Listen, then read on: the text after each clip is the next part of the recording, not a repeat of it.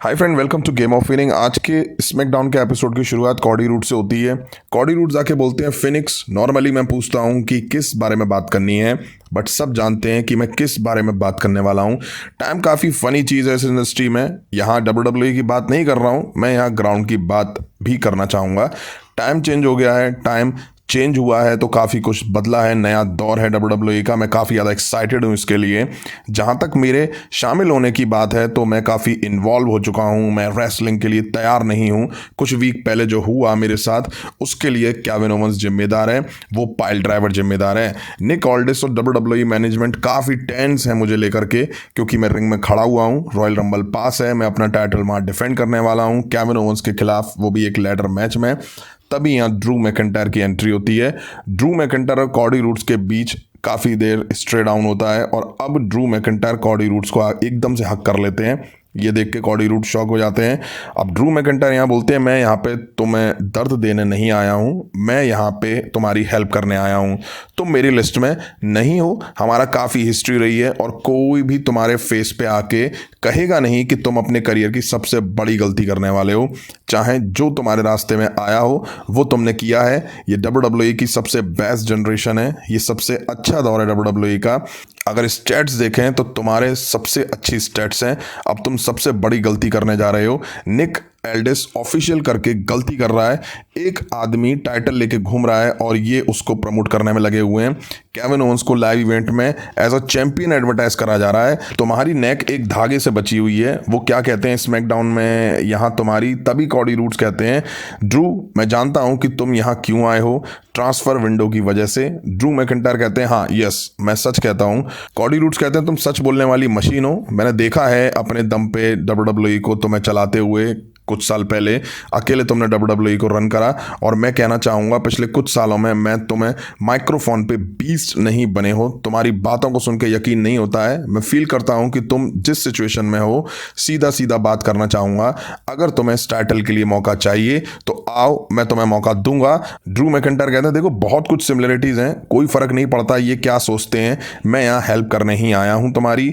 एक और बात, तुम्हें अपनी पीठ संभालनी होगी। तभी केविन ओवंस आके कॉडी रूड्स पे पीछे से अटैक कर देते हैं। कॉडी रूड्स भी पलटवार करते हैं। ऑफिशियल्स आके दोनों को रोकते हैं, बट बार बार निकल के दोनों एक दूसरे में मार दे रहे थे। भाई साहब वैसे तो कॉडी रूड्स रेसलिंग के लिए तैयार नहीं है, क्लियर नहीं है, बट रिंग में भाई साहब उछल उछल के एक्शन करना है कॉडी रूड्स को। अब हमें United States champion Nakamura versus Andrade के बीच मैच दिखा। ये नॉन टाइटल मैच था। भाई नाकामुरा का थीम म्यूजिक कमाल का हो गया है यार, और लुक तो नाकामुरा के गजब के हैं। ऐसा लगता है जैसे कि वो विमल खा के आए हों। खैर मैच शुरू हुआ और आंद्रादे नाकामुरा के खिलाफ अटैक बोल के रिंग के बाहर उन पर डाइव लगाते हैं। अब नाकामुरा भी पलटवार करते हैं। अब आंद्रादे रिंग कॉर्नर का टर्न बकल हटा देते हैं, उस पर नाकामुरा का फेस लगता है, फिर भी नाकामुरा किक आउट करते हैं। आंद्रादे इससे झुल्ला जाते हैं। अच्छा मैच दिखा इन दोनों के बीच। आंद्रादे ने काफ़ी बार पिन करा बट नाकामुरा ने किक आउट करा। नाकामुरा ने रिंग पोस्ट पे आंद्रादे को डीडीटी दिया और किनशासा दे के मैच जीत लिया। मैच के बाद एलए नाइट की एंट्री होती है। वो आके नाकामुरा पर बुरी तरह से अटैक लॉन्च करते हैं। एलए नाइट अब बीएफटी देने वाले थे बट नाकामुरा बच के निकल जाते हैं। अब एलए नाइट माइक लेते हैं और कहते हैं, या तू मेरा टाइटल चुराएगा और तेरे हिसाब से चीज़ें चलेंगी। एक बात सुन ले, जो तूने करा है उसके लिए तुझे पे करना होगा, और हर बार तू देखेगा जब जब मैं आऊँगा तो ये लोग कहेंगे या। अब हमें मिचीन वर्सेस पाइपर नवीन के बीच एक मैच दिखा। Ring side inaugural women US champion Chelsea green भी थी। वाकई यार चेल्सी ग्रीन आउटफिट में बड़ी मस्त लग रही थी। मैच शुरू हुआ और मिचीन ने दम दिखाते हुए पाइपर पे अटैक करा और रिंग के बाहर करके उन पे मूव लगाया। रिंग के बाहर पाइपर ने मिचीन पे पलटवार करा। अच्छा मैच दिखा इन दोनों वुमेन सुपरस्टार के बीच में। अब पाइपर ने किक आउट करे, मिचीन ने भी काफ़ी किक आउट करे।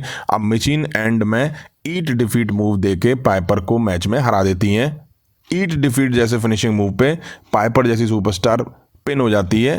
देख लो भैया आप। अब हमें पॉल हेमन रिंग में दिखाई दिए। वो आके बोलते हैं, my name is Paul Heyman.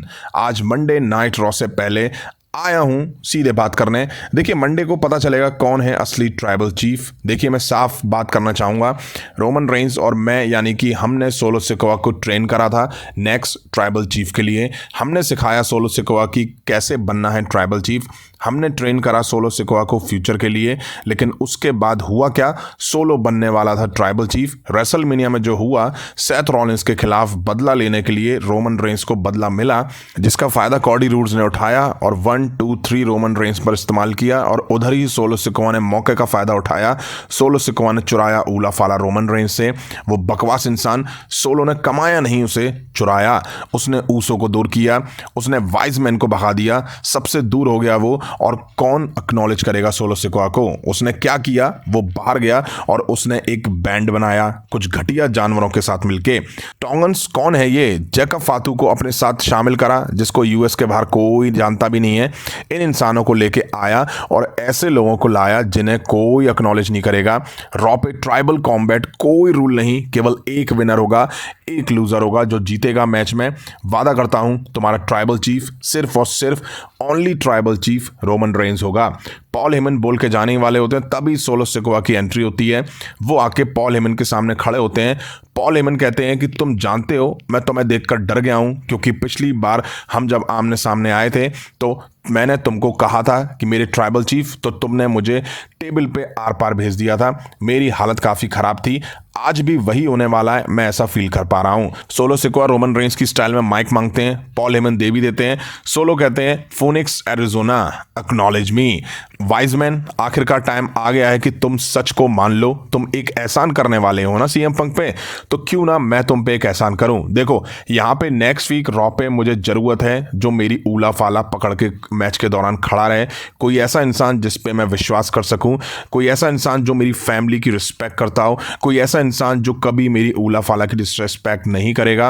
Raw पे रोमन रेंस अगर मुझे ट्राइबल कॉम्बैट मैच में हराता है तो वो तुम ऊला फाला उसको जाके देना, मैं उसको एक्नॉलेज करूंगा। और अगर मैं रोमन रेंस को हराता हूं, और मैं ज़रूर हराऊंगा, तुम जानते हो, ये सब जानते हैं, और फिर तुम वो ऊला फाला मुझे पहनाओगे और फिर पूरी दुनिया जानेगी और मैं तेरा बॉस होऊंगा, तू मेरा वाइजमैन होगा हमेशा के लिए। फिर रोमन रेंस के पास कोई चॉइस नहीं होगी सिवाय मुझे एक्नॉलेज करने के। पॉल हेमन इसके बाद रिंग से निकल के चले जाते हैं।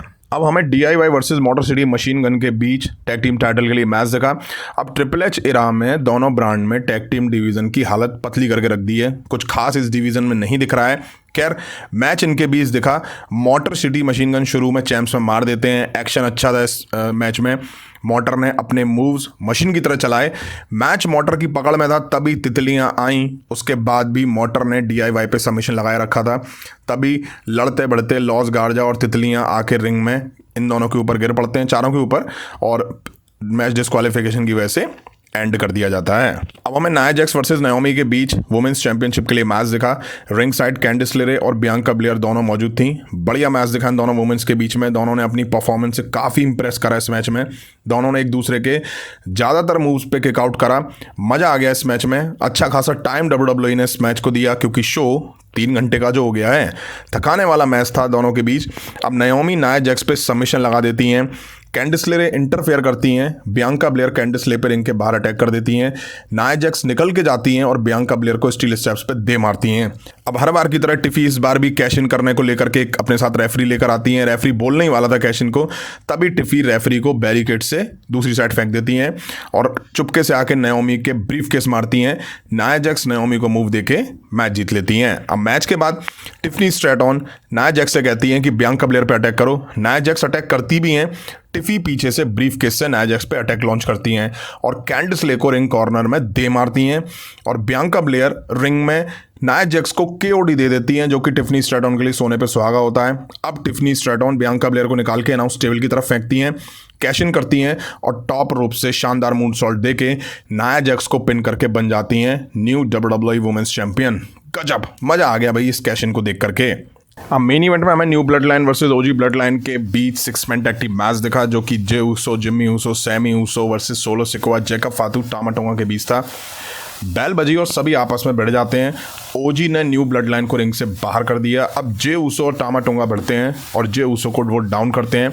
बढ़िया मैच देखा इनके बीच। जैकब फातू को OG के तीनों मेंबर ने हिप अटैक भी दिया। जैकब फातू अब जिम्मी ऊसो पे स्प्लैश और मून शॉट लगा के पिन करते हैं, बट सैमी जन आके तोड़ते हैं।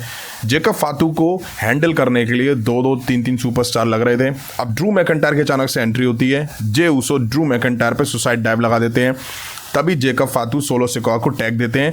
जे उसो को टैग का पता नहीं चलता है। जे उसो का फोकस जेकब फातू पे था, उनको सुपर किक स्प्लैश देके पिन करते हैं, बट तभी सोलो सिकोआ जो कि लीगल थे आके समन स्पाइक जे को देके मैच जीत ले जाते हैं। डाइव खाने के बाद ड्रू मैकिंटायर दिखाई नहीं दिए भाई।